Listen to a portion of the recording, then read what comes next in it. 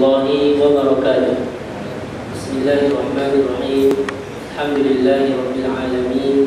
Wa nusalli wa nusallim ala sayyidina wa nabiyyina Muhammadin sallallahu alaihi wa ala alihi wa sahbihi ajma'in. Amma ba'd. Alhamdulillah, syukur kepada Allah Subhanahu wa taala kerana dengan izinnya pada pagi ini di dalam bulan Ramadan, bulan yang penuh barakah, kita dapat bersama-sama lagi untuk kali yang kedua dalam siri kuliah tafsir mawdu'i yang insya-Allah walaupun dalam bulan Ramadan kita masih meneruskan kuliah ini, tetapi dalam waktu pagi pagi pas subuh banyak yang bangun awal, sahur, ngantuklah sikit Tapi insya-Allah kita sama-sama berjihad untuk lawan mengantuk. Untuk kita sama-sama dengar apa kisah yang pertama, yang mana yang kita janjikan pada kuliah yang lepas sebagai mukadimah. Kita akan menceritakan mawdu' dalam tafsir yang kita ambil ini adalah, ataupun tajuk perbincangan yang kita pilih adalah kisah-kisah umat-umat yang terdahulu yang diceritakan oleh Allah Subhanahu wa taala di dalam Al-Quran, yang kisahnya pula difokuskan kepada kisah umat-umat Nabi, bukan kisah Nabi. Kalau kisah Nabi mungkin kita biasa dengar, Nabi Adam, Nabi Musa, Nabi Yunus dan sebagainya. Tetapi ini kisah umat. Dan kenapa kita penting sangat tahu kisah-kisah ni? Sebab yang pertama kita sebut dulu, sebab kisah ni Allah yang ceritakan. Dalam banyak-banyak cerita yang kita nak dengar, banyak cerita, setiap hari kita dengar cerita, dalam TV lagi banyak cerita. Tapi cerita siapa yang paling kita patutnya teringin sekali nak dengar adalah cerita yang diceritakan oleh Allah Subhanahu wa taala. Sebab cerita Allah pasti benar, bukan kisah yang merapu dan kisah-kisah rekaan. Yang keduanya, bila Allah cerita pasti dia ada mesej yang dia nak sampaikan melalui cerita tu. Allah bukan cerita saja-saja buang masa. Dan apa mesej yang kita nak ambil? Kita dah ceritalah dalam mukadimah pada kuliah yang lalu. Jadi pada pagi ini kita terus masuk kepada tajuk, iaitu kisah Baqarah Bani Israel. Baqarah ni lebih tepat diterjemahkan sebagai lembu betina. Lembu betina. Dia nak lebih feel.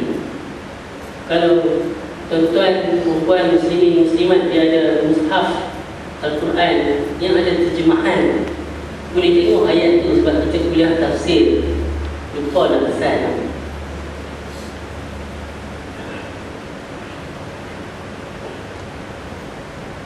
Kita ambil kisah ni sebab inilah kisah yang pertama di dalam Al-Quran, di dalam surah Al-Baqarah, di dalam ayat 67 sehingga ayat 74. Sebelum masuk tafsir, seperti biasa macam saya cerita dulu, kita nak dengar apa kisah Israiliyat tentang kisah ni apa, supaya kita boleh buat perbandingan, supaya kita tahu kita ni nak terima yang Israiliyat ke, sekadar nak dengar cerita ke, atau kita nak faham apa mesej dia. Biasanya bila masuk kisah-kisah ni, kita hanya dihidangkan dengan Israiliyat. Habis kita gelar hanya syok dengan Israiliyat tu, tanpa kita faham mesej di sebalik cerita, yang sebenarnya itulah pun tujuan Allah cerita. Okey, kita pergi kepada Israiliyat dulu kan. Seperti mana yang ada dalam kitab Durrul Mansur, satu kitab tafsir karangan Imam Suyuti.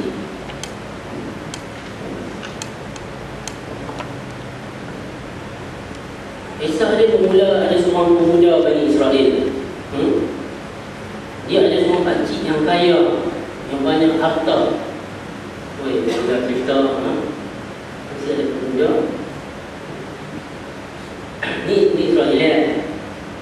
Wa kanat lahu ibnatun jamilah.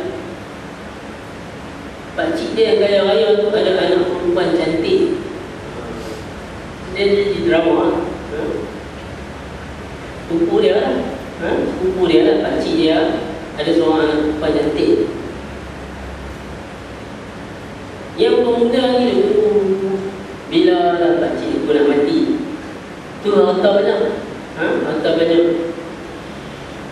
Dan dia nampak kalau lah dia kahwin dengan anak pakcik dia mati, siapa dapat harta? Dia dapat. Tu satu-satunya anak pakcik dia, anak perempuan.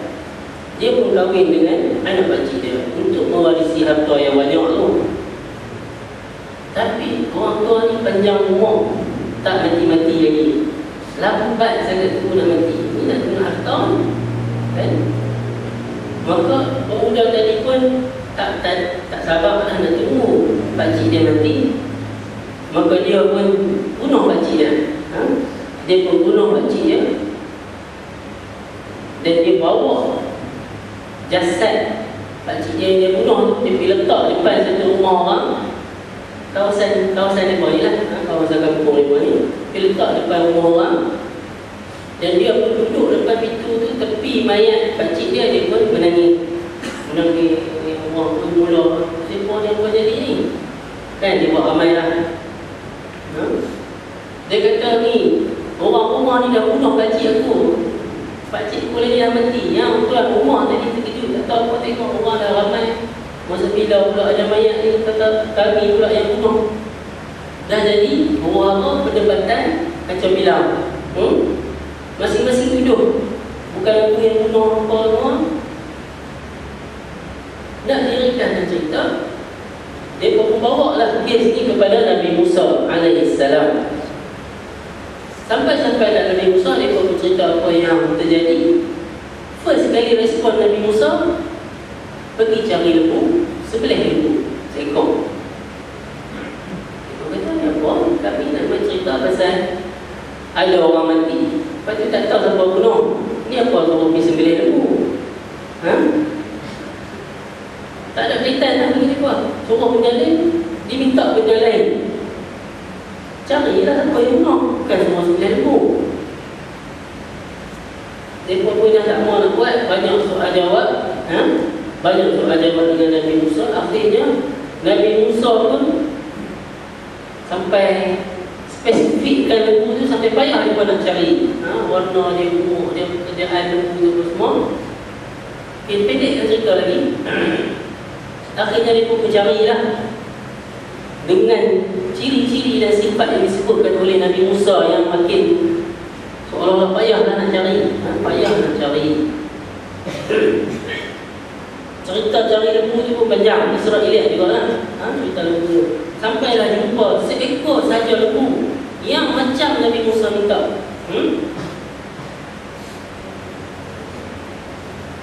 Lembu tu milik siapa? Lembu tu milik seorang pemuda yatim, fakir. Seorang pemuda anak yatim yang fakir, miskin.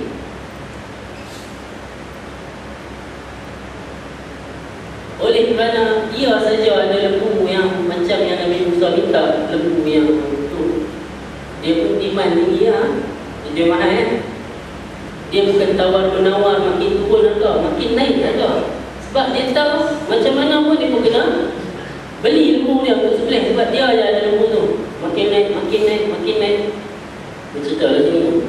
Daripada 100 dinar naik kepada 200 dinar, naik kepada 400 dinar. Dia sekali ganda naik kepada 800 dinar. Sampai last kali juga timbang lembu ni, berapa berat lembu ni, berapa berat itulah emas yang kamu kena bayar harga lembu ni. Ya. Lembu biasa berat berapa kilo. Ada buat korban tu, dia dah tahu berapa kilo daging dia dapat kan. Daging ni tak kira tulang dia, perut dia yang penuh dengan kumpul tu kan. Itu saja berat dah. Berat dah lembu kan. Jadi dia pun jadi orang yang paling kaya